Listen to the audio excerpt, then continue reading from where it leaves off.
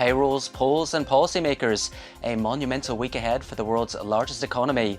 Welcome to Market Insight. I'm Peter Devlin. Voters in the US are heading to the polls on Tuesday to pick their next president in a too-close-to-call election.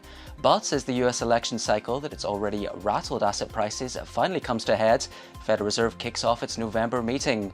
Today's non-farm payrolls offered the final clues, but how will Chairman Jerome Powell navigate through uncertain waters? Well, joining me today to talk about all that is Mark Fleming, Chief Economist at First American. Welcome, Mark. Thanks very much for joining us. So let's start with the NFP print today. US hiring advanced at the slowest pace since 2020 in October, adding only 12,000 jobs. So should we dismiss this print in a month distorted by severe hurricanes? I think if you take the market's word for it, they're certainly not too worried about it. I mean, there's really no belief that it truly is 12,000, and it's something certainly closer to where we were before. 1 month does not make an overall trend, and the trend is a softening labor market, certainly not to this extent. And it's always been the case that hurricanes, natural disasters, strikes can heavily influence any one monthly number. So let's just look at non-farm as a whole as well. September's print was downwardly revised to 223,000 in September. That was another month of hefty revisions. Is it time to question the measure's validity as a whole for the labour market? Well, August was also downgraded. So the combination of August and September is over 100,000 less jobs than originally thought.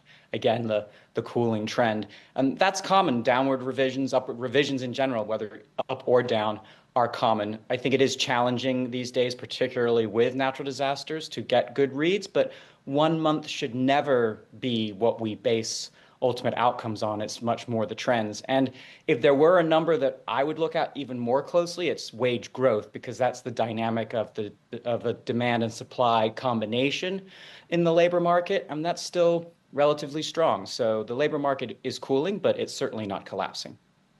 So let's look at the rest of the data this week. Inflation picking up while the economy growing at a solid pace in the third quarter.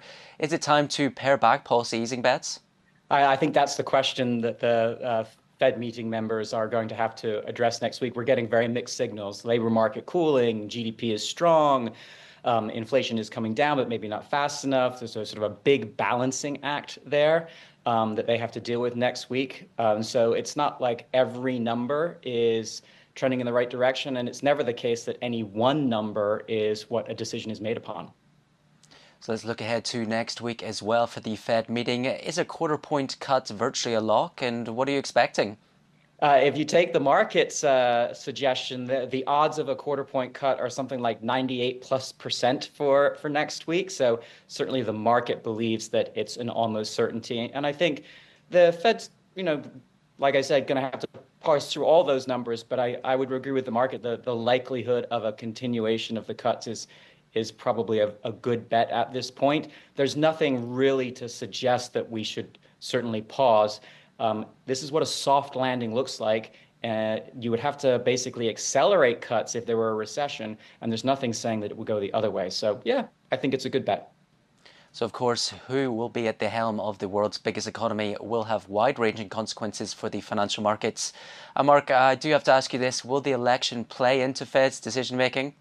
I honestly take the Fed's word for it when they say that they're independent and data-driven. I think that's their motivation, not election decisions or the likelihood of one party or the other in office. Mark Fleming of First American, many thanks for your thoughts. And that's Market Insight. Don't forget, you can watch more videos on Reuters.com.